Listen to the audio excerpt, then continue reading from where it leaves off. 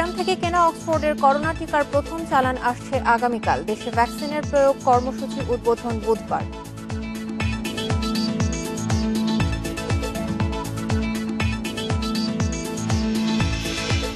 নাম পরিবর্তন সহ পুনর্বিন্যাস হচ্ছে নারী ও শিশু নির্যাতন দমন আইন।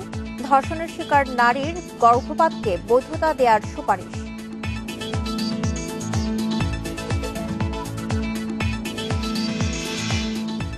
ফেসবুক আইডি ব্লু ভেরিফাইড করার বিজ্ঞাপন দিয়ে চলছে প্রতারণা। চক্রের হোতা সৈকত গ্রেপ্তার।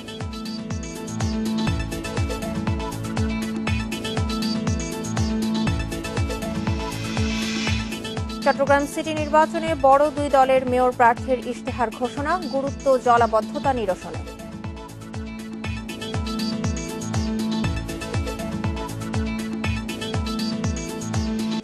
স্বাগত ইন্ডিপেন্ডেন্ট সংবাদের সঙ্গে আছি সঞ্চারী মজিদ তমা। শুনছিলেন শিরোনাম, যাচ্ছি পুরো খবরে।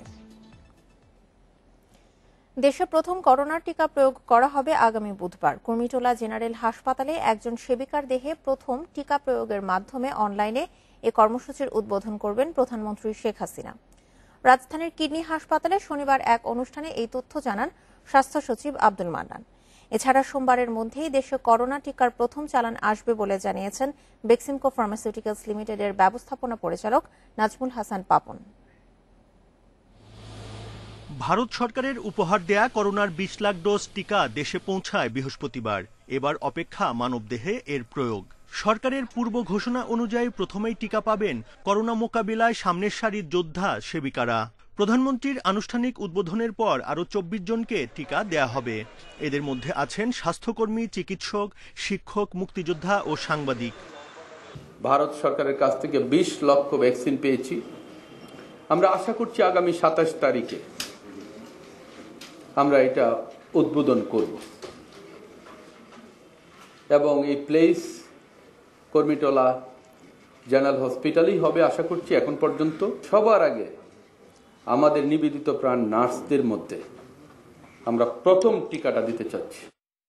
বাংলাদেশ সরকারের কেনা টিকার ৫০ লাখ ডোজের প্রথম চালান আসবে আগামী সোমবারের মধ্যেই। একথা জানিয়েছেন বেক্সিমকো ফার্মাসিউটিক্যালস লিমিটেডের ব্যবস্থাপনা পরিচালক নাজমুল হাসান পাপন। তিনি বলেন, অক্সফোর্ড অ্যাস্ট্রাজেনেকার টিকার প্রথম চালান ভারতের পুনে থেকে সড়কপথে আসবে দিল্লিতে। পরে দিল্লি থেকে বিমানে ঢাকায় আনা হবে। ৬ মাসের মধ্যে ৩ কোটি ডোজ আমাদের সরকার কিনেছেন, যেটা নাকি ভারতের সিরাম ইনস্টিটিউট থেকে আমাদের এখানে আসবেন এবং এই মাসেই ২-১ দিনের মধ্যেই ২৫-২৬ তারিখের দিকে আমাদের এই প্রথম চালানটা আসার কথা। এবং আমরা এটুকু বলতে পারি যে এখন পর্যন্ত সবকিছু ঠিক আছে। বুধবার কুর্মিটোলা হাসপাতালে উদ্বোধনের পর পর্যায়ক্রমে করোনার টিকা দেয়া হবে ঢাকা মেডিকেল, মুগদা জেনারেল হাসপাতাল, কুয়েত মৈত্রী হাসপাতাল ও বঙ্গবন্ধু মেডিকেল বিশ্ববিদ্যালয় সহ দেশের ৭,৩৪৪ কেন্দ্রে। Buddhadeb Kundu, independent News, Dhaka. গুজবে কান না দিয়ে নির্ভয়ে করোনা টিকা নেওয়ার আহ্বান জানিয়েছেন ঢাকা দক্ষিণের মেয়র শেখ ফজলে তাপস। শনিবার দুপুরে বঙ্গবন্ধু এভিনিউয়ে এক অনুষ্ঠানে এই আহ্বান জানান তিনি। মেয়র বলেন, টিকা নিয়ে অনেক বিভ্রান্তি ছড়ানোর চেষ্টা করা হয়েছিল, কিন্তু প্রধানমন্ত্রী শেখ হাসিনার নেতৃত্বে দেশে টিকা পৌঁছে গেছে। এরপরও কেউ গুজব ছড়ালে কঠিন জবাব দেওয়া হবে। পর্যায়ক্রমে সবাইকে টিকা দেওয়া হবে বলে জানান তাপস। ষড়যন্ত্রকারী ও সুবিধাভোগীরা সবসময় সক্রিয় রয়েছে বলে সতর্ক করেন তিনি। এ সময় অনুপ্রবেশকারীদের বের করে দেওয়ার পাশাপাশি তৃণমূল থেকে দল গোছানোর পরামর্শ দেন মেয়র।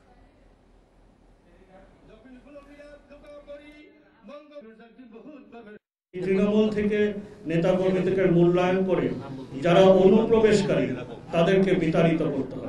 111 আর আসবে না, 75 আর আসবে না, এটা মনে করলে হবে না। ষড়যন্ত্রকারীরা সারা জীবন ষড়যন্ত্র করে যাবে। ষড়যন্ত্রকারীরা সবসময় অসন্তোষ সৃষ্টির পায়তারা করে যাবে। আমাদেরকে সদা জাগ্রত থাকতে হবে এবং এর জন্য দেশে করোনা শনাক্তের ৩২১তম দিনে মৃত্যু ছাড়িয়েছে ৮,০০০। ২৪ ঘণ্টায় ২২ জন সহ মোট প্রাণহানি ৮,০০৩ জন। ২৪ ঘণ্টায় ১৭ জন পুরুষ এবং ৫ জন নারীর মৃত্যু হয়েছে। ২০০টি ল্যাবে ১১,১১৫ নমুনা পরীক্ষায় করোনা শনাক্ত হয়েছে ৪৩৬ জনের। শনাক্তের হার ৩.৯২%। শনিবার স্বাস্থ্য অধিদপ্তরের বিজ্ঞপ্তিতে জানানো হয়, দেশে মোট করোনা আক্রান্তের সংখ্যা দাঁড়ালো ৫,৩১,৩২৬ জনে। সুস্থ হয়েছেন আরও 338 জন। এ নিয়ে মোট সুস্থ 4,75,899 জন।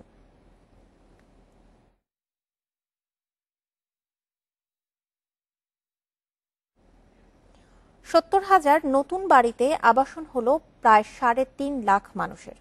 আর ভূমিহীনদের জমিসহ বাড়ি হস্তান্তরের মধ্য দিয়ে রেকর্ড গড়ল বাংলাদেশ। গণভবন থেকে ভিডিও কনফারেন্সে মুজিব বর্ষের উপহার হিসেবে গৃহহীনদের সেমি পাকা বাড়ি দিলেন প্রধানমন্ত্রী শেখ হাসিনা। এ সময় দেশের বিত্তবানদেরও অসহায় মানুষের পাশে দাঁড়াতে আহ্বান জানান প্রধানমন্ত্রী। রাতে ভাত না খেয়ে টাকা জমান আমিনা বেগম, যাতে সেই টাকা দিয়ে ওষুধ কিনতে পারেন। জীবনের শেষ বেলায় তার ওষুধ কেনা কিছুটা সহজ হয় বিধবা ভাতা পেয়ে। এবার পেলেন মাথা গোঁজার ঠাঁই। মুজিব বর্ষে শান্তিতে নিজ ঘরে বসে কোরআন শরীফ পড়ে নামাজ পড়তে চান তিনি। লোকের ঘরে বাস করতাম, বেনিচুরি এই ঝড়েই না যত বাসা ছিল তা ঝড়েই বেনিচুরি গিয়ে লোকের ঘরে গিয়ে থাকতাম। খুব কষ্টে দিন গেছে। আমিনা বেগমের মতো 70,000 ভূমিহীন পরিবার পেল স্থায়ী ঠিকানা। 2% জমি সহ সেমি পাকা নতুন বাড়ি। গণভবন থেকে ভিডিও কনফারেন্সে 492টি উপজেলার সঙ্গে যুক্ত হয়ে অসহায় মানুষকে মুজিব বর্ষের উপহার বাসগৃহ দেন বঙ্গবন্ধু কন্যা প্রধানমন্ত্রী শেখ হাসিনা। তার পক্ষে বাড়ির দলিল হস্তান্তর করেন প্রকল্প বাস্তবায়নের সংশ্লিষ্ট কর্মকর্তা ও জনপ্রতিনিধিরা। নীলফামারী জেলার এর মধ্য দিয়েই তৈরি হলো অনন্য ইতিহাস, নতুন রেকর্ড। করোনা ভাইরাস এমন একটা ভাইরাস আসলো সারা বিশ্ব স্থবির। আজকে আমি এখানে বসে আমাকে ভিডিও কনফারেন্সের মাধ্যমে আপনাদের সঙ্গে কথা বলতে হচ্ছে আর এই ঘরগুলি দিতে হচ্ছে। আমার খুব আকাঙ্ক্ষা ছিল যে নিজের হাতে দাঁড়িয়ে আপনাদের হাতে জমির দলিল তুলে দিই, কিন্তু সেটা পারলাম না এই করোনা ভাইরাসের কারণে। প্রধানমন্ত্রী বলেন, দেশের একজন মানুষও যেন গৃহহীন না থাকে সে লক্ষ্য নিয়ে কাজ করছে আওয়ামী লীগ সরকার। এখানে আজকে আমরা যে 66,189টা করে দিলাম ঘর, আমরা আরো 1 লক্ষ ঘর খুব শীঘ্রই আমাদের কাজ শুরু হবে। এভাবে সমগ্র বাংলাদেশে এই মুজিব বর্ষ এবং স্বাধীনতার সুবর্ণ জয়ন্তীতে কোনো লোক গৃহহারা থাকবে না। মুজিব বর্ষে দ্বিতীয় ধাপে আরো 1 লাখ এবং আগামী বছরের মধ্যে মোট 9 লাখ মানুষকে আশ্রয় প্রকল্পের আওতায় বাড়ি করে দেওয়ার পরিকল্পনা নিয়েছে সরকার। বর্ষে একজন মানুষও গৃহহীন থাকবে না। বনের পাখিরও ঘর আছে, আমার কোনো ঘর ছিল না। কোনোদিন ভাবিনি এমন সুন্দর পাকা দালানে থাকবো। আনন্দ অশ্রুতে এভাবেই ঘর দেখে অভিব্যক্তি প্রকাশ করেছেন মুজিব বর্ষের উপহার প্রাপ্তরা। 70,000 বাড়িতে থাকবেন প্রায় 3.5 থেকে 4 লাখ মানুষ। এগুলো শুধু সংখ্যা বা রেকর্ড নয়, অসংখ্য মানুষের স্বপ্ন পূরণ। মুজিব বর্ষে বাংলাদেশের অগ্রগতিতে আরো একটি মাইল ফলক অর্জন। অনিমেষ কর, ইন্ডিপেন্ডেন্ট নিউজ, ডুমুরিয়া, খুলনা। আজ 24 জানুয়ারি, ঐতিহাসিক গণ অভ্যুত্থান দিবস। দিবসটি উপলক্ষে এক বাণীতে শহীদদের প্রতি গভীর শ্রদ্ধা জানিয়েছেন রাষ্ট্রপতি। শহীদদের রুহের মাগফিরাত কামনা করে বাণী দিয়েছেন প্রধানমন্ত্রী। বাঙালির মুক্তি সংগ্রাম ও স্বাধিকার আন্দোলনের ইতিহাসে স্মরণীয় গণ অভ্যুত্থান দিবস। জাতির পিতা বঙ্গবন্ধু শেখ মুজিবুর রহমান পাকিস্তানি শাসন, শোষণ ও বঞ্চনা থেকে বাঙালি জাতিকে মুক্ত করতে 1966 সালে ঘোষণা করেন 6 দফা, যা স্বাধিকার আন্দোলনকে বেগবান করে। তৎকালীন স্বৈরশাসক গণ আন্দোলনকে নস্যাৎ করতে আগরতলা ষড়যন্ত্র মামলা করে। বঙ্গবন্ধু সহ অন্য আসামিদের মুক্তি এবং সামরিক শাসন উৎখাতের দাবিতে 1969 সালের 24 জানুয়ারি দমন, পীড়ন ও সান্ধ্য আইন উপেক্ষা করে মিছিল করে জনতা। মিছিলে পুলিশ গুলি করলে শহীদ হন মতিউর রহমান।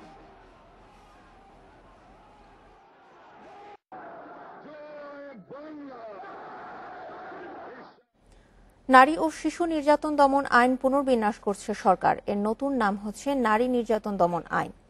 এতে ধর্ষণের শিকার নারীর গর্ভপাতকে বৈধতা দেওয়ার সুপারিশ করা হয়েছে। এছাড়া 16 বছরের কম বয়সী শিশুর সম্মতিতে শারীরিক সম্পর্ককেও ধর্ষণের সংজ্ঞায় আনা হয়েছে। এটি সংসদের চলতি অধিবেশনেই উত্থাপিত হতে পারে। দেশে বছরে স্বপ্রণোদিত গর্ভপাত 11,94,000। 8 দিনে গড়ে এ সংখ্যা 3,271। 2014 সালে এই জরিপ করে যুক্তরাষ্ট্রভিত্তিক প্রতিষ্ঠান গুথমেকার ইনস্টিটিউট। যদিও দেশের বিদ্যমান আইনে গর্ভপাত অবৈধ, সে কারণেই শুধু ধর্ষণের শিকার নারীর জন্য গর্ভপাতের বিধান রেখে নারী ও শিশু নির্যাতন দমন আইন ঢেলে সাজাচ্ছে সরকার। খসড়ায় বলা হয়েছে এক্ষেত্রে 10 সপ্তাহের মধ্যে বা জীবনহানির ভয় থাকবে না এমন সময় পর্যন্ত গর্ভপাত করানো যাবে। খসড়াটি মন্ত্রণালয়ে জমা দিয়েছে আইন কমিশন। সামহাও আমাদের ফ্যামিলি প্ল্যানিং এর যে মেথডগুলো আছে সেই মেথডে তাদের গর্ভপাত হয়ে যায় অনেক সময়। তো এইখানে যেটা করা হয়েছে অবশ্যই তাহলে দেখা যাচ্ছে যে এই আইনে যদি অন্তর্ভুক্ত করা হয় আমার মনে হয় তাহলে যে অন্যান্য যে উপায়গুলো ছিল সেটা না করে তারা মানে আইনগত স্বীকৃত হিসাবেই তারা গর্ভপাতটা করাতে পারবেন, তাতে তাদের হেলথ সেফটি থাকবে। তবে চিকিৎসকরা বলছেন শুধু ধর্ষণের শিকার নারী নয়, গর্ভপাতের বিধান সীমিত না করে বিদ্যমান আইনের সংস্কার প্রয়োজন। নারীর স্বাস্থ্য ঝুঁকি বিবেচনাতেই পূর্ণাঙ্গ আইন দরকার। শুধু ধর্ষণ নয়, অনেক ক্ষেত্রেই অনাকাঙ্ক্ষিত বা আনপ্ল্যান্ড প্রেগনেন্সি ঘটে, যেটা হয়তো প্রতারণার কোনো সম্পর্কের মাধ্যমে হতে পারে। শুধু এই গর্ভপাত বিষয়টি ভিকটিমের জন্য সীমাবদ্ধ রাখা উচিত নয়। আর একজন নারী যে ধর্ষণের মাধ্যমে গর্ভবতী হয়েছেন এটা প্রমাণ করাও অনেক দুরূহ ব্যাপার। প্রস্তাবিত খসড়ায় ধর্ষণে জন্ম নেয়া শিশুর ভরণ পোষণের দায়িত্ব ধর্ষক পিতা বা রাষ্ট্রকে দেয়া হয়েছে। সুষ্ঠু তদন্তে বলা হয়েছে তদন্তকারী কর্মকর্তা ও সংশ্লিষ্ট চিকিৎসকের জবাবদিহিতার কথা। চলতি অধিবেশনেই এটি সংসদে উত্থাপন হতে পারে।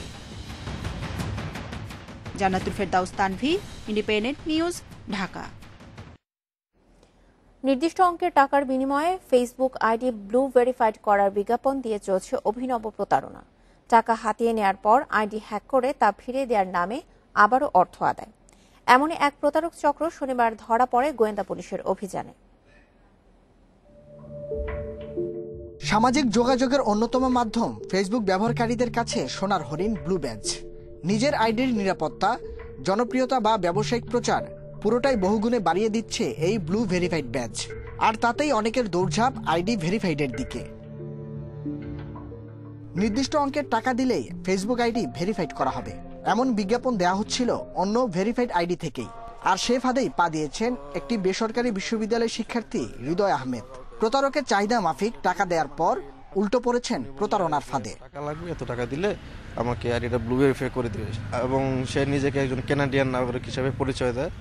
তারপর আমি একসময় আমার ইউজার নেম পাসওয়ার্ড দেই, তারপর ও কি করে আমার ইউজার নেম পাসওয়ার্ড সবকিছু চেঞ্জ করে ফেলে। পরবর্তীতে আমার কাছে 1 লক্ষ টাকা দাবি করে যে ওকে যদি 1 লক্ষ টাকা দিই তাহলে আমার এটা ফিরিয়ে দিবে।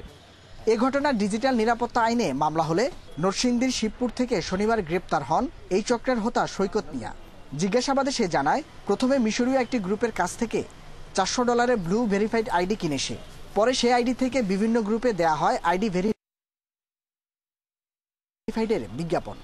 ভেরিফাইড এক্সপার্ট বলে সে বিজ্ঞাপন দিত। 10,000 টাকা দিয়ে যখন সে ভেরিফাইড করার জন্য সবাই তার কাছে ইউজার আইডি এবং পাসওয়ার্ডটা যখন তার কাছে দিত, তখন সে ওই ইউজার আইডি পাসওয়ার্ডটা দিয়ে ওই আইডি কিংবা পেজের নিয়ন্ত্রণটা সে নিয়ে নিত, নিয়ে সেটা অন্য কোনো গ্রুপে বা অন্য কোনো ব্যক্তির কাছে সে আইডিটা পুনরায় সে বিক্রি করে দিত। আইটি বিশেষজ্ঞরা বলছেন ফেসবুকের নির্দিষ্ট শর্ত পূরণ ছাড়া কারো আইডি ভেরিফাইড সম্ভব না। নির্দিষ্ট কিছু ক্যাটাগরি আছে, যে ক্যাটাগরির উপরে বেস করে কিন্তু একটা ব্লু ভেরিফাইড ব্যাজ ওদেরকে প্রদান করা হয়। সো এটার জন্য শর্ত হচ্ছে যে তাকে উইকিপিডিয়া প্রোফাইল থাকতে হবে, তারপর তার নামে বিভিন্ন নিউজ থাকতে হবে, এবং কাদেরকে দেয়, সেলিব্রিটি বা কোনো গভর্নমেন্ট অর্গানাইজেশনের সিনিয়র পারসনকে। গ্রেপ্তার সৈকতের সাথে হাজারের বেশি গুরুত্বপূর্ণ ব্যক্তির যোগাযোগের তথ্য পেয়েছে গোয়েন্দা পুলিশ। এই গ্রুপের সাথে আর কেউ জড়িত আছে কিনা তাও খতিয়ে দেখছে police. Nahid Kamal, independent News, Dhaka. সংবাদ একটি বিরতি নিচ্ছি, ফিরে এসে আরো যা থাকছে।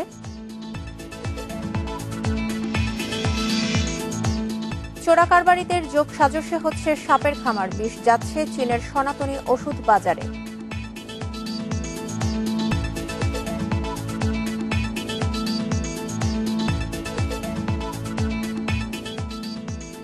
করোনার কারণে 2020 সালে দ্বিগুণ বেড়েছে দারিদ্র্যের হার। আয় বৈষম্য না কমলে দারিদ্র্য বিমোচনে পিছিয়ে যাওয়ার শঙ্কা।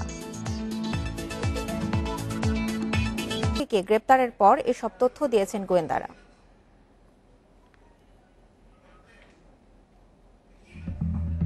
রফিকুল ইসলাম রাফির সঙ্গে এক বন্ধুর মাধ্যমে কুমিল্লার ঠিকাদার আবুল কালাম আজাদের পরিচয় 9 ডিসেম্বর। নিজেকে পোশাক ব্যবসায়ী পরিচয় দিয়ে রাফি জানায় পোশাকের আড়ালে স্বর্ণ এনে মাঝে মধ্যেই কম দামে বিক্রি করে সে। দেয় 2.5 কোটির স্বর্ণ 1,35,00,000 টাকায় এনে দেওয়ার প্রস্তাব। পরে 5 তারকা হোটেলে বসে পে অর্ডারে হয় লেনদেন। গোয়েন্দারা তদন্ত শুরু করলে এক পর্যায়ে গ্রেপ্তার করা হয় রাফি সহ 4 জনকে। পুলিশ বলছে এ চক্রটির প্রধান রাফি দীর্ঘদিন ছিল মালয়েশিয়ায়। দেশে তার স্বর্ণ ব্যবসার নামে প্রতারণা শুরু 2018 সালে। তার হয়ে স্বর্ণ কিনতে আগ্রহীদের খুঁজে বের করেন হাসান আলী। ইকবাল কবির ও নিক্সন মিয়ার দায়িত্ব পে অর্ডার ভাঙিয়ে টাকা তোলা। 1,35,00,000 টাকা যে পে অর্ডার করেছে, এটা আমরা দেখবো যে পে অর্ডারের বিপরীতে কি আপনার যে পে অর্ডার করেছে তাকে ইনফর্ম করা হয়েছিল কিনা। গোয়েন্দারা বলছে চক্রটি 2 বছরেরও বেশি সময় ধরে এ প্রতারণা করছে। আস্থা অর্জনে চলাফেরা করত পাজেরোতে, ব্যবসায়িক আলোচনা হতো 5 তারকা হোটেলে। কোটি টাকার নিচে কোনো লেনদেন হতো না। তারা বোধহয় একটা গাড়ি ব্যবহার করে, গাড়িটা ভাড়া করে নিয়ে আসে এবং মাসে প্রায় গাড়ির ভাড়ায় বোধহয় 6 লক্ষ টাকা দেয়, একটা পাজেরো জিপ গাড়ি। যে যখন ধরেন একজন গ্রাহক পর্যায়ে বা যে প্রতারিত হবে তাকে বিশ্বাস করানোর জন্য যখন দেখে যে একটা প্রাডো জিপ গাড়ি বা একটা হেয়ার গাড়ি ইউজ করা হচ্ছে, তখন তো মনে হয় যে না আসলে এদের একটা আছে, ক্যাপাবিলিটি আছে বা এরা ক্যাপাবল। সেই চিন্তা ভাবনা থেকে ওয়েস্টিন, লা মেরিডিয়ান এইসব হোটেল এরা বেছে নেয়। চক্রটির আরো 4 সদস্যকে গ্রেফতারে অভিযানে আছে গোয়েন্দারা। Masudur Rahman, Independent News, Dhaka.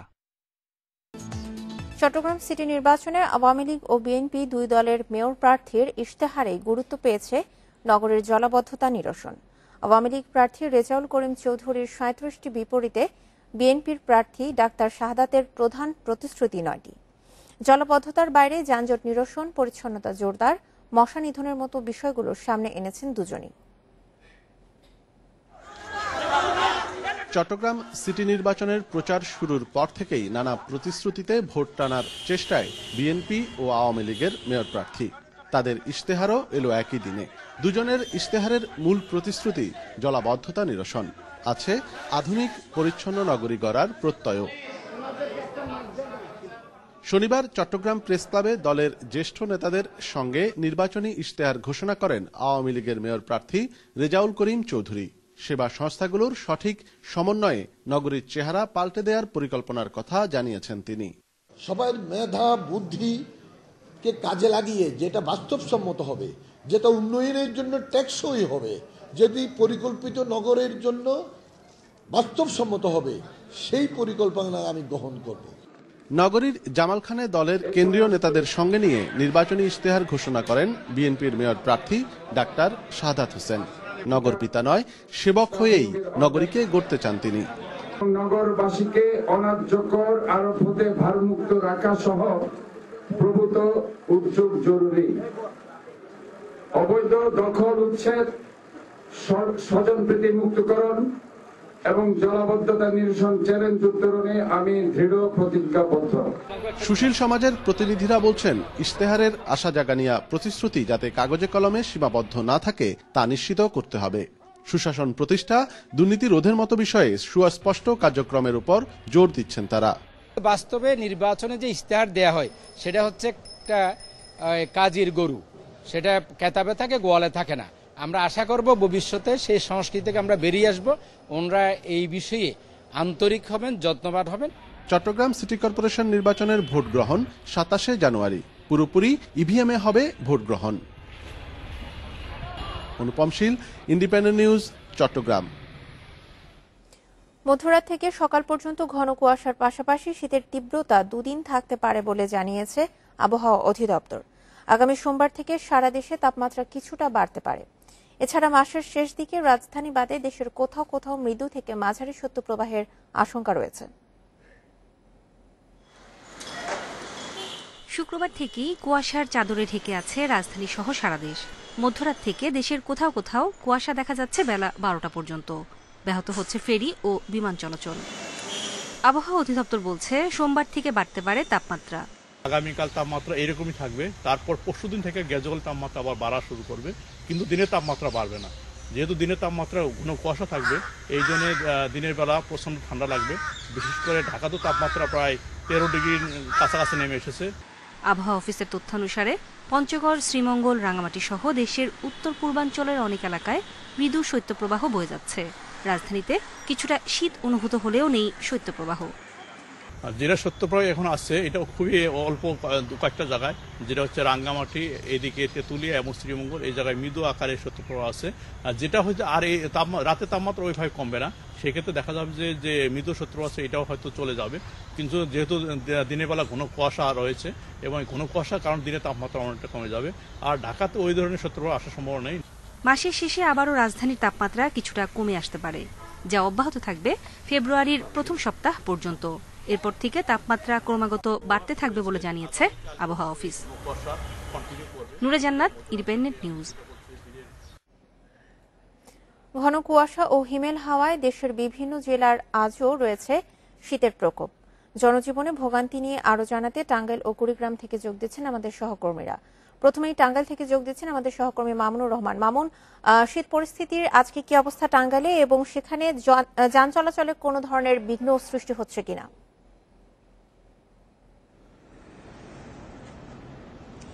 গত কয়েকদিনের মতো আজও কিন্তু টাঙ্গাইলে মৃদু শৈত্যপ্রবাহ রয়েছে। ঘন কুয়াশায় আচ্ছন্ন হয়ে আছে পুরা টাঙ্গাইল জুড়ে। তো আমি এখন দাঁড়িয়ে আছি ঢাকা টাঙ্গাইল বঙ্গবন্ধু মহাসড়কের এলেঙ্গা নামক স্থানে। তো আমি যদি আপনাকে দেখাই যে এই মহাসড়কে কিন্তু কিছুটা কুয়াশাচ্ছন্ন রয়েছে, তবে গত দুদিনের তুলনায় কিন্তু আজকে কুয়াশার মাত্রাটা বেশ কম। তবে এখনো কিন্তু মহাসড়কে যেসব যানবাহন চলাচল করছে তারা কিন্তু ফগ লাইট জ্বালিয়ে, অর্থাৎ হেডলাইট বা ফগ লাইট যেটা আছে সেটা জ্বালিয়েই কিন্তু মহাসড়কে চলাচল করছে, কারণ ঘন কুয়াশার কারণে দূরে খুব বেশি দেখা যাচ্ছে না। এছাড়াও এই কুয়াশার কারণে বেশ কিছু যানবাহন কিন্তু আমরা মহাসড়কের বিভিন্ন জায়গায়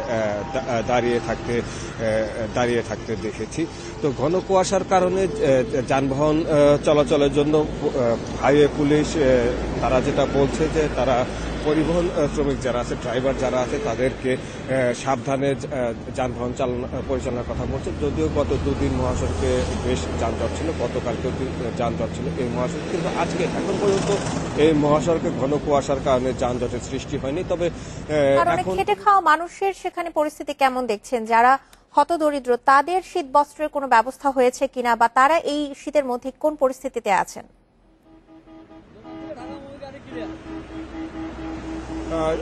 যারা হতদরিদ্র আছে তাদের শীতবস্ত্র বিভিন্ন সরকারি বেসরকারি সংস্থা থেকে আমরা দিতে দেখেছি। এর বাইরেও তাদের নিজস্ব অর্থায়নেও শীতবস্ত্র কিনেছে।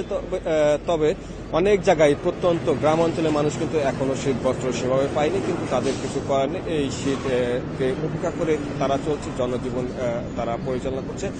আর যারা খেটে খাওয়া মানুষ আছে, অর্থাৎ দিনমজুর যারা প্রতিদিনই কাজ করে খায়, তাদের অবস্থা কিন্তু বেশ নাজুক, কারণ ঘন কুয়াশার কারণে কিন্তু তাদের আয় রোজগার অনেকটাই বন্ধ রয়েছে। যারা রিক্সা চালায় তাদের যাত্রী যেমন কম, আর যারা দিনমজুর তাদেরও কিন্তু খুব কাজের ব্যবস্থা নেই। মূলত এই হচ্ছে কুয়াশাজনিত বা শীতজনিত কারণে ঢাকা টাঙ্গাইল বঙ্গবন্ধু মহাসড়কের যান চলাচলের পরিস্থিতি। মামুনুর, আপনি সঙ্গেই বা শীতজনিত কারণে ঢাকা টাঙ্গাইল বঙ্গবন্ধু মহাসড়কের যান চলাচলের পরিস্থিতি। মামুনুর, আপনি সঙ্গেই থাকুন। এবার আমরা যাচ্ছি কুড়িগ্রামে, সেখান থেকে যুক্ত হচ্ছেন আমাদের সহকর্মী আব্দুল খালেক। খালেক, আপনি যেখানে রয়েছেন সেখানকার পরিস্থিতি কেমন দেখছেন, এবং কুড়িগ্রামের আবহাওয়া অফিস থেকে কি বলা হচ্ছে আবহাওয়া সম্পর্কে আজকে?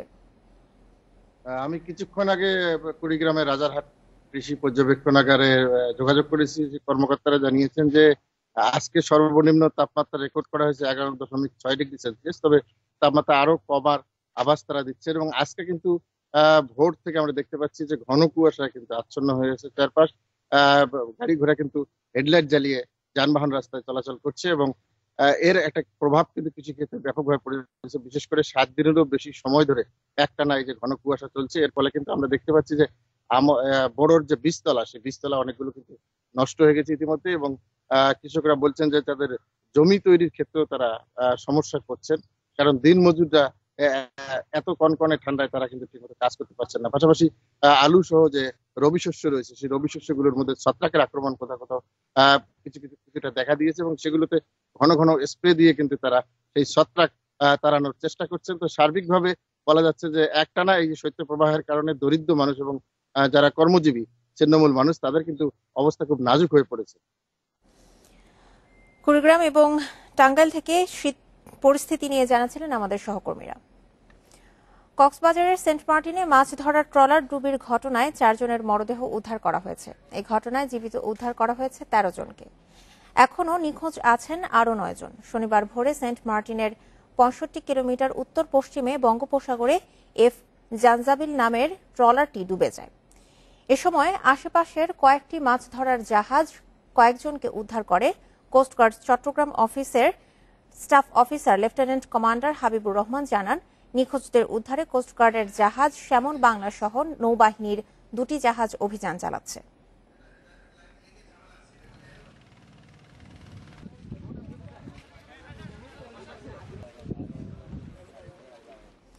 সিরাজগঞ্জে কাউন্সিলর তরিকুল ইসলাম খান হত্যার ঘটনায় আরও 4 জনকে গ্রেপ্তার করেছে পুলিশ। গ্রেপ্তারকৃতদের মধ্যে 3 জন এজাহারভুক্ত ও 1 জন সন্দেহভাজন আসামি। এ পর্যন্ত এই হত্যা মামলায় মোট 6 আসামিকে গ্রেপ্তার করা হলো।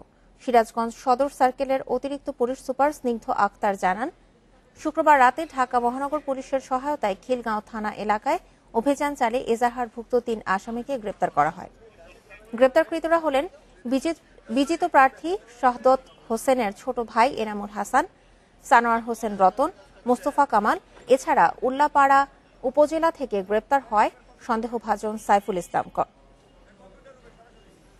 গত 16 জানুয়ারি সন্ধ্যায় সিরাজগঞ্জ পৌরসভার 6 নম্বর ওয়ার্ডের নবনির্বাচিত কাউন্সিলর তরিকুল ইসলাম খান প্রতিপক্ষের ছুরিকাঘাতে নিহত হন।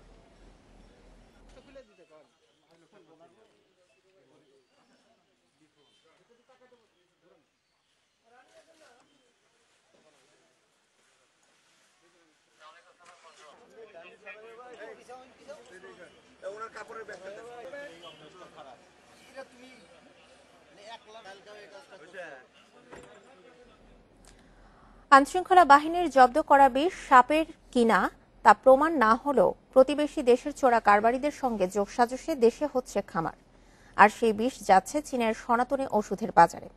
তবে সরকারি পৃষ্ঠপোষকতায় খামার করা গেলে তা বৈধভাবেই বিক্রি করা যাবে আন্তর্জাতিক বাজারে। কমে আসবে পাচারের প্রবণতাও। ফেসবুক, হোয়াটসঅ্যাপে যোগাযোগ করে গাজীপুরের কাপাসিয়ায় উদ্যোক্তা হওয়ার স্বপ্নে সাপের খামার করেন 2 তরুণ। চলে কয়েক বছর। সেই বিষ তারা বিক্রিও করেন চোরাকারবারীদের কাছে। হোয়াটসঅ্যাপে যোগাযোগ হতেই পারে, আমরা তথ্য নিতেই পারি যে কিভাবে জিনিসগুলো ভালো থাকে। আমি যেহেতু করছি, এটা কিভাবে করা যায়, কি অনুমোদন নেয়, ওই দেশের সরকার কিভাবে অনুমোদন দিছে। ইন্ডিয়াতে দেখছি, ইন্ডিয়ার একজন খামারের সাথে আলাপ করছিলাম। একইভাবে নতুন বাজারের আশায় বসত বাড়িতে খামার চালাচ্ছিলেন শ্রীপুরের আরও একজন। আর ধরাছোঁয়ার বাইরে থেকে দীর্ঘদিন ধরে নিজের খামারের বিষ পাচার করে যাচ্ছিলেন এই চক্রের প্রধান খোকন নামে এক ব্যক্তি। আমাদের কাছে মানুষ আছে, আমি সরাসরি না এসে দিলে আলাপ করে দিতে পারি। উনি পাঠায় কোথায়? আর এই বিষ যাচ্ছে চীনের সনাতনী ওষুধের চোরাই বাজারে। ভিয়েতনাম চায়না বর্ডারের দিক দিয়ে খুব সম্ভবত জিয়াংজু একটা অঙ্গরাজ্যের বর্ডার দিয়ে ওই 2 বছরে প্রায় মোর দেন 2 মিলিয়ন এনিমেল বা স্পেশালি স্নেকের স্টাফ বা স্কিন বলেন, পুরো স্নেক বলেন, ভ্যানম বলেন, বিভিন্ন ধরনের সবকিছু ওরা ওই দিক দিয়ে ট্রান্সফার হয়েছে। কোথায় গেছে? চায়নাতে ঢুকছে। চায়নাতে একটা ইন্ডিজিনাস মেডিসিনের বিশাল একটা মার্কেট আছে, যে মার্কেটের কারণে ওখানে স্নেকের একটা ফ্লো আমরা ইন্টারন্যাশনাল অর্গানাইজেশনের ওয়েবসাইট থেকেই পাই। একই কারণে সাপুড়েদের সঙ্গেও যোগাযোগ আছে চোরাকারবারীদের। তবে এসব খামারের বিষ ব্যবহার করে না আন্তর্জাতিক কোনো প্রতিষ্ঠান, কাজে আসে না গবেষণায়ও। প্রাইভেট যে ফার্মগুলা স্নেকের, কেউ এই ধরনের এই প্রোটোকল গুলো মেনটেন করে না। Not a single word of this protocol. So ওদের এই ভেনম গুলো কখনোই আমরা গ্রহণ করব না। এছাড়া সাপের বিষ দিয়ে যে ওষুধ তৈরি হয় তার কাঁচামাল আন্তর্জাতিক বাজারে সুলভ, জানিয়েছেন শিল্প মালিকেরা। যখন এপিআই ফাংশনিং শুরু করবে তখন এই চোরা বাজার থেকে কেনার কোনো প্রয়োজন আছে বলে আমি মনে করি না। এই চোরা কারবারিদের ধরতে অভিযান চালানো হবে বলছে র্যাব। একটি নিষিদ্ধ দুষ্প্রাপ্য জিনিসকে পরিবহন, বিপণন, বাজারজাত করার অপরাধ। দ্বিতীয়ত হচ্ছে সাধারণ মানুষকে প্রতারণা করা এবং সাধারণ বা মানুষদেরকে ভুক্তভোগী করার জন্য র্যাব এই ধরনের অভিযান পরিচালনা করে থাকে। সংশ্লিষ্টরা বলছেন, সরকারি পৃষ্ঠপোষকতায় খামার করার অনুমতি দিলে চোরাচালান কমে আসবে, আর সেই বিষ থেকে বৈধভাবেই আসতে পারে বৈদেশিক মুদ্রাও। Arafatur Rahman, Independent News, Dhaka. বছর ঘুরতে না ঘুরতেই দখল হয়েছে আগারগাঁওয়ের প্রথম সাইকেল লেন। সম্প্রতি শ্যামলীতে ডিএনসিসির উচ্ছেদ অভিযান চললেও পার হয়ে গেছে অবৈধ দখলদাররা। এতে সাইকেল লেনের সুফল না মিললেও চলছে রমরমা ব্যবসা।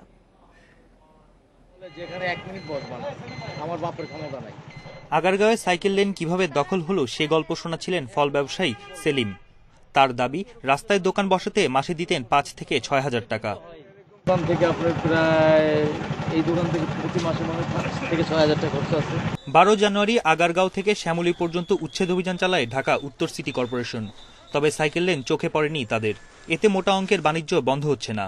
দোকানদাররাও দিচ্ছেন নানা খোঁড়া যুক্তি। দোকানটা ছোট, আশপাশে জায়গাও নাই, তো আমরা এই জন্য দিতেছি যে আবার উঠে দিলে আমরা চলে যাবো, এখানে আমরা তো চিরস্থায়ী না, যদি বলে না করতে না করবো না। আর পুলিশের দাবি, অবৈধ দোকান বসলে হটিয়ে দিচ্ছেন তারা। আমাদের জানা সত্ত্বে আমরা কাউকে বসতে দেই না, বা ওইরকম আমাদের সাথে কোনো কারোর সাথে কোনো লেনদেন বা আমাদের কোনো পারমিশনও নাই তাদের। যদি কেউ বসে থাকে সেটা হচ্ছে একটা অবৈধ বসা। এরকম কোনো সুনির্দিষ্ট তথ্য দিলে আমরা তাকে আইনের আওতায় নিয়ে আসবো। 9 কিলোমিটারের এই সড়কে 285 মিটারের সাইকেল লেনের কাজ 2019-এর নভেম্বরে শেষ করে সিটি কর্পোরেশন। তবে তদারকির অভাবে তা কোনো কাজেই আসছে না। বিভিন্ন পয়েন্টে অনেক সাইকেলিং পয়েন্ট থাকে না, তো আমরা চাই যাতে যে সব জায়গায় যদি সাইকেলিং পয়েন্টটা থাকে তাহলে আমরা নির্দিষ্ট পয়েন্ট অনুসারে আমরা চালিয়ে যেতে পারি। সাইকেল লাইনটা এরকম ফ্রি থাকে, অল টাইম ফ্রি থাকে, তাহলে তো আমরা সুন্দরভাবে এই রোড দিয়ে চলাচল করতে পারি। এমনিতেই তো ঢাকা শহরে সাইকেলের জন্য রাস্তা এমনিতেই কম বানানো হয়েছে, প্লাস সাইকেল লেন তো বলা যায় 90%ই নাই। ভ্যান, তারপর বিভিন্ন লোকেরা মোটর সাইকেল গাড়ি পার্কিং করে রেখে দিছে, আমরা সেই জায়গায় চালাতে পারছি না। উত্তর ঢাকার মেয়র বলছেন, সব অবৈধ দখলদারি উচ্ছেদ হবে। পর্যায়ক্রমে আরো কিছু সড়কে আছে সাইকেল লেন করার পরিকল্পনা। আমরা পর্যায়ক্রমে ঢাকা শহরের যত অবৈধ দখলকৃত যারাই আছে তাদের জন্য মেসেজ, আপনারা নিজেরা সরে যান। এই অবৈধদের জন্য সিটি কর্পোরেশন থেকে আমি কোনো ধরনের নোটিশ দিব না। এর আগে 28 ডিসেম্বর মানিক মিয়া অ্যাভিনিউ উচ্ছেদ অভিযানের সময় সাইকেল লেনে থাকা পুলিশ বক্স ভেঙে দেয় সিটি কর্পোরেশন। সাইকেল লেন তৈরির বিষয়টি যতটা আশা জাগিয়েছিল সাইক্লিস্টদের মধ্যে, এখন ততটাই হতাশ তারা। দাবি জানাচ্ছেন সাইকেল লেন আরও বাড়ানোর, তবে অবশ্যই থাকতে হবে দখলমুক্ত। বন ইবনে কামাল, ইন্ডিপেন্ডেন্ট নিউজ, ঢাকা। 2018 সালের তুলনায় 2020 সালে দ্বিগুণ বেড়েছে দারিদ্র্যের হার, আর অতি দরিদ্রের সংখ্যা বেড়ে দাঁড়িয়েছে 28.5 ভাগে। সবচেয়ে বেশি দরিদ্রের হার রংপুর বিভাগে। শনিবার করোনায় দারিদ্র্যের হার নিয়ে এক অনলাইন আলোচনায় গবেষণার ফলাফল তুলে ধরে south Asian network on economic modelling SANEM. দারিদ্র্যের হার ও আয় বৈষম্য কমানো না গেলে দারিদ্র্য বিমোচনে দেশের অর্জন অনেকটা পিছিয়ে পড়বে বলে মনে করেন বিশ্লেষকেরা। 2018 সালের সাথে গত বছর দেশের দারিদ্র্য এবং জীবিকার সাথে তুলনামূলক গবেষণা করেছে south Asian network on economic modelling SANEM. গবেষণায় উঠে এসেছে 2020 সালে করোনার প্রভাবে দেশের দারিদ্র্যের হার দ্বিগুণ বেড়ে দাঁড়িয়েছে 42 ভাগে। মহামারীতে কাজ হারানো, পারিশ্রমিক না পাওয়া, কর্মক্ষেত্র বন্ধ হওয়া সহ বিভিন্ন কর্মসংস্থান সমস্যার মুখোমুখি হয়েছে অনেকেই। এতে করে আয় কমায় শিক্ষা, স্বাস্থ্য এবং খাদ্য বহির্ভূত খাতে ব্যয় কমেছে ব্যাপক হারে। ফুড, নন ফুড এক্সপেন্ডিচার এবং টোটাল এক্সপেন্ডিচার বড় ধরনের একটা আমরা দেখছি যে ফল দেখছি। এটা কিন্তু আমাদের ওটা মাথা রেখে করতে হবে যে এটা কম্পারিজনটা হচ্ছে একটা 2020 একটা আনপ্রেসিডেন্টেড ইয়ার। বাংলাদেশ খুব সম্ভবত 1971 এর পরে এরকম একটা আনপ্রেসিডেন্টেড ইয়ার, এত অ্যাবনর্মাল ইয়ার খুব সম্ভবত কখনো পাইনি। করোনার প্রভাবে বেড়েছে দরিদ্রতা এবং আয় বৈষম্য। এই হার কমানো না গেলে দেশ দারিদ্র্য বিমোচনের অর্জন থেকে অনেকটাই পিছিয়ে পড়বে বলে মনে করেন বিশ্লেষকরা।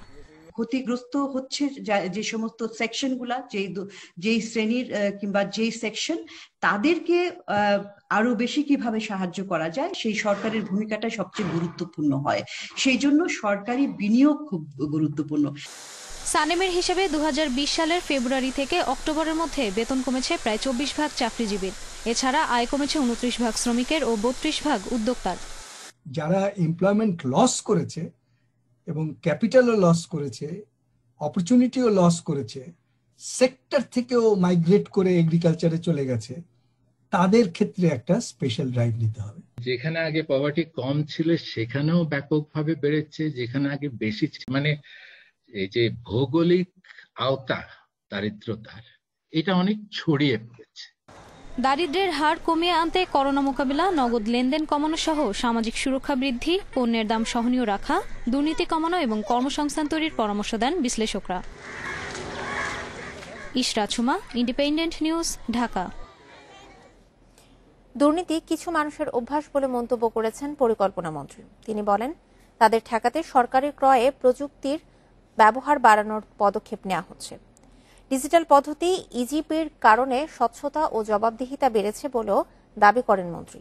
তবে বিশ্লেষকরা জানান, দুর্নীতি বন্ধে প্রযুক্তির পাশাপাশি আইনের প্রয়োগ জরুরি। সরকারি ক্রয়ের ইলেকট্রনিক গভর্নমেন্ট প্রকিউরমেন্ট ইজিপি চালু হয় 2012 সালে। বর্তমানে 1300-এর বেশি সংস্থা ইজিপির মাধ্যমে ক্রয় করছে। এতে টেন্ডার দাখিল নিয়ে ঝামেলা দূর হয়েছে। বিশ্বব্যাংকের জরিপ বলছে, টেন্ডার প্রক্রিয়ায় কাগজের ব্যবহার ও অন্যান্য খরচ প্রায় 7% কমেছে। এতে 2018-19 অর্থ বছরে সাশ্রয় হয়েছে 9,000 কোটি টাকার বেশি। আগে মনে আছে সোনাপান্ডা লোকেরা বাক্সের কাছে যেতে দিত না, সুতরাং ভালো ভালো টেন্ডাররা ড্রপই করতে পারতো না। এখন তো আলাস্কায় বসেও টেন্ডার ড্রপ করতে পারবে। সুতরাং এই যে বিশাল একটা পরিবর্তন, এইটা দুর্নীতিকে কমিয়েছে। আগ্রাসী দুর্নীতি যে লুট করে নিয়ে যাব, এইটা বোধহয় আর হচ্ছে না। আর কিছু দুর্নীতি কিছু লোক করে, এটা তার অভ্যাস। সরকারি গবেষণা প্রতিষ্ঠান BIDS এর মহাপরিচালক অভিযোগ করেন, প্রযুক্তির ব্যবহারের পরও দুর্নীতি পুরোপুরি বন্ধ হয়নি। এজন্য আইনের সঠিক প্রয়োগের তাগিদ। আপনি একটা সিক্রেট মেমো যদি তৈরি করে দেন, আপনি দেখবেন যে আপনার টাইপিস্ট এটা ফাঁস করে দিয়েছে, বা যে কোরিয়ার সে এটা বলে দিয়েছে কাউকে। আমাদের মুখটা খুব পাতলা, হ্যাঁ। তো কাজেই আমাদের সেজন্য বললাম যে আমাদের যে সংস্কৃতি এবং আমাদের যে কালচার, এটা আমাদের মাথায় রেখেই আমাদেরকে সমাধানের পথ বের করে আনতে হবে। নিয়ম কানুনের প্রতি শ্রদ্ধাটা কিভাবে বাড়ানো যায়, সেই মানসিকতার কথা যদি আমরা বলি, তাহলে হ্যাঁ। গত অর্থ বছরে সরকারি ক্রয়ে 62% খরচ হয়েছে ইজিপির মাধ্যমে। টেন্ডার প্রক্রিয়ার সময় 100 দিন থেকে 58 দিনে নেমে এসেছে মাত্র 3 বছরে। Sajjad Hossain, independent News, Dhaka.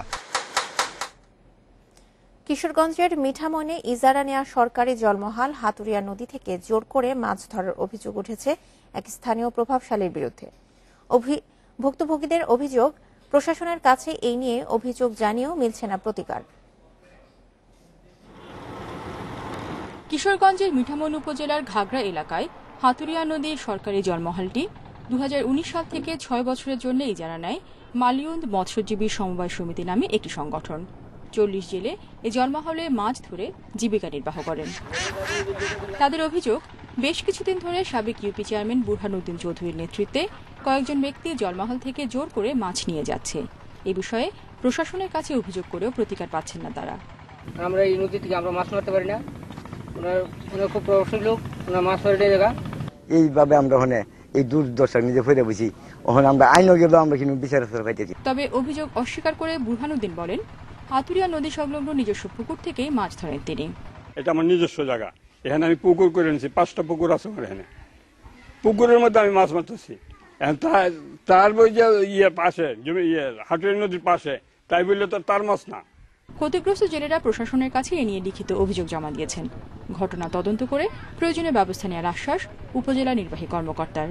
এই অভিযোগের আলোকে ব্যবস্থা নেওয়ার জন্য সহকারী কমিশনের ভূমিকা বলা হয়েছে এবং সে এবং আমি নিজে মিঠামইন উপজেলা ঘাগড়া ইউনিয়নে আমরা যাব এবং এই অভিযোগের সত্যতা কতটুকু রয়েছে আমরা যাচাই করে আমরা জেলা প্রশাসক মহোদয় বরাবর এই প্রতিবেদন প্রেরণ করব অতি শীঘ্রই।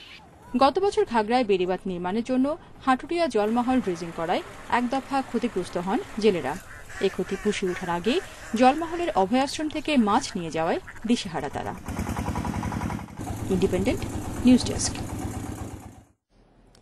রাশিয়ায় বিরোধী দলের নেতা অ্যালেক্সেই নাভালনিকে কারাদণ্ড দেওয়ার প্রতিবাদে বিক্ষোভ ছড়িয়ে পড়েছে। মস্কো, সেন্ট পিটার্সবার্গ সহ প্রায় 100 শহরে বিক্ষোভ হয়। এ সময় পুলিশের সঙ্গে সংঘর্ষও হয়। আটক হয় 3000-এরও বেশি বিক্ষোভকারী। এদের মধ্যে প্রায় 1500-ই আটক হয়েছে মস্কো থেকে। দেশটির স্বরাষ্ট্র মন্ত্রণালয় জানিয়েছে, মস্কোর পুশকিন স্কোয়ারে বিক্ষোভে 4000-এর বেশি মানুষ জড়ো হয়। তবে এই সংখ্যা 40,000-এর বেশি বলে জানিয়েছে রয়টার্স। সেখানে বিক্ষোভকারীদের লাঠিপেটাও করে পুলিশ।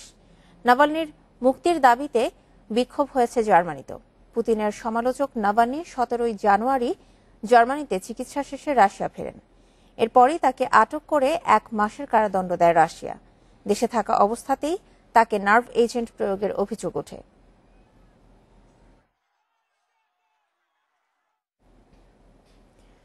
যুক্তরাষ্ট্রের বিশিষ্ট টকশো উপস্থাপক ল্যারি কিং মারা গেছেন। লস অ্যাঞ্জেলসের একটি হাসপাতালে 87 বছর বয়সে তার মৃত্যু হয়। তিনি করোনায় আক্রান্ত হয়ে চলতি মাসেই হাসপাতালে ভর্তি হয়েছিলেন। ল্যারি কিং 1985 সাল থেকে 2010 সাল পর্যন্ত দীর্ঘ 25 বছর সিএনএ-তে ল্যারি কিং লাইভ অনুষ্ঠানটি উপস্থাপনা করেছেন। বিশ্ব নেতৃত্ব, চলচ্চিত্র তারকা সহ বিখ্যাত ব্যক্তিদের প্রায় 50,000 সাক্ষাৎকার নিয়েছেন তিনি। 1995 সালে ইসরায়েলের প্রেসিডেন্ট আইজ্যাক রবিন ও ফিলিস্তিনের নেতা ইয়াসির আরাফাতের মধ্যে স্বাক্ষরিত শান্তি চুক্তি অনুষ্ঠানে সভাপতিত্ব করেছিলেন ল্যারি কিং। এমি অ্যাওয়ার্ড সহ পেয়েছেন বেশ কিছু আন্তর্জাতিক পুরস্কার।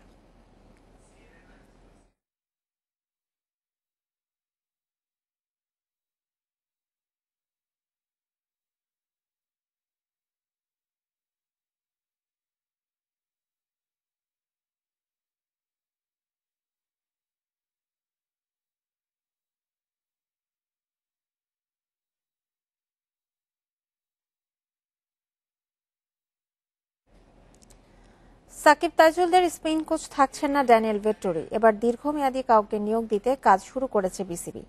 অল্প সময়ের মধ্যে জানা যেতে পারে নতুন স্পেন কোচের নাম, জানিয়েছেন বিসিবি সভাপতি নাজমুল হাসান পাপন। টাইগারদের নিউজিল্যান্ড সিরিজে কাজ করার মাধ্যমেই শেষ হতে পারে ভেট্টোরি অধ্যায়। দেশে কিংবা বাইরে সব সময় বাংলাদেশের বড় শক্তি স্পিন অ্যাটাক। রফিক রাজ্জাকদের পর সাকিব মিরাজরাও সাফল্যের ধারা ধরে রেখেছেন। বিসিবিও কখনো কার্পণ্য করেনি তাদের গুরুত্ব দিতে। কোটি টাকা খরচ করে খণ্ডকালীন চুক্তিতে আনা হয়েছে ড্যানিয়েল ভেট্টোরির মতো কিংবদন্তিকে। তবে তাকে ফুল টাইম পাওয়া যায়নি কখনোই। সামনের ব্যস্ততা আর বড় আসরের কথা মাথায় রেখে বিসিবি এখন ফুল টাইম স্পিন কোচের খোঁজে। আমরা আসলে আরো বেশি সময় চাই, যে কোচই আসুক না কেন, কারণ এখন আমাদের টানা খেলা, এত কম সময়ের জন্য কোচ হবে না। সেই জন্য আমরা অল্টারনেট খুঁজছি এবং আমরা কয়েকটা বেশ কিছু ইন্টারেস্টেড পার্সনের রেজুমেও পেয়েছি, ইন্টারেস্টও শো করেছে, কিন্তু এখন ফাইনালের 2-1 দিনের মধ্যে আমরা এটা ফাইনাল করতে পারবো। তারপরে আসলে ওই প্রশ্নটার উত্তর দিতে পারবো যে ভেট্টোরি কতদিন থাকবে, কি থাকবে না, আদৌ থাকবে কিনা। দীর্ঘদিন পর আন্তর্জাতিক ক্রিকেটে ফিরে সিরিজ নিশ্চিত করেছে বাংলাদেশ। সেখানেও প্রথম 2 ম্যাচের নায়ক স্পিনাররা। এখন সুযোগ ক্যারিবিয়ানদের হোয়াইট ওয়াশের। বিসিবি সভাপতি বলছেন শেষ ম্যাচে বড় রদ বদলের সুযোগ নেই, তবে মূল কম্বিনেশন ঠিক রেখে 2-1টা পরিবর্তন আসতে পারে। ইংল্যান্ড অস্ট্রেলিয়ার সাথেও আমরা কি এখানে টেস্টে জিতেছি, তো আমাদের এখানে শক্তিশালী বা স্ট্রং অপোনেন্ট নিয়ে আমরা চিন্তিত না। আমরা যে জিনিসটা নিয়ে চিন্তিত যে আমাদের খেলোয়াড়দের ছন্দে ফেরত আসা, আমাদের আগে যে ফর্মে ছিল আসে এবং নতুন কয়েকটা ছেলে সুযোগ পাচ্ছে, তারা যেন ভালো খেলতে পারে। তৃতীয় সন্তানের অপেক্ষায় থাকা সাকিব পরিবারের পাশে থাকতে নিউজিল্যান্ড সফরে যাবেন না, এমন কথা ছড়িয়ে পড়লেও বিসিবি প্রধান বলছেন তিনি এখনো এমন কিছুই শোনেননি। নিউজিল্যান্ড থেকে ফিরে শ্রীলঙ্কাতে টেস্ট খেলতে যাবে টাইগাররা।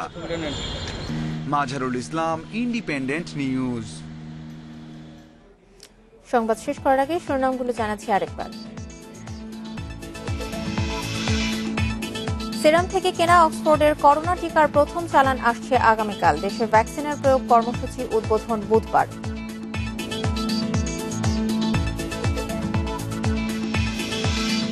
নাম পরিবর্তন সহ পুনর্বিন্যাস হচ্ছে নারী ও শিশু নির্যাতন দমন আইন। ধর্ষণের শিকার নারীর গর্ভপাতকে বৈধতা দেওয়ার সুপারিশ।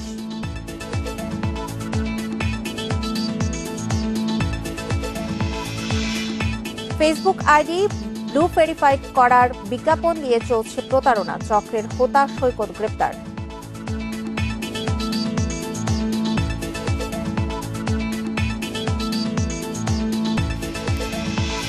চট্টগ্রাম সিটি নির্বাচনে বড় 2 দলের মেয়র প্রার্থীর ইশতেহার ঘোষণা। গুরুত্ব জলাবদ্ধতা নিরসনে।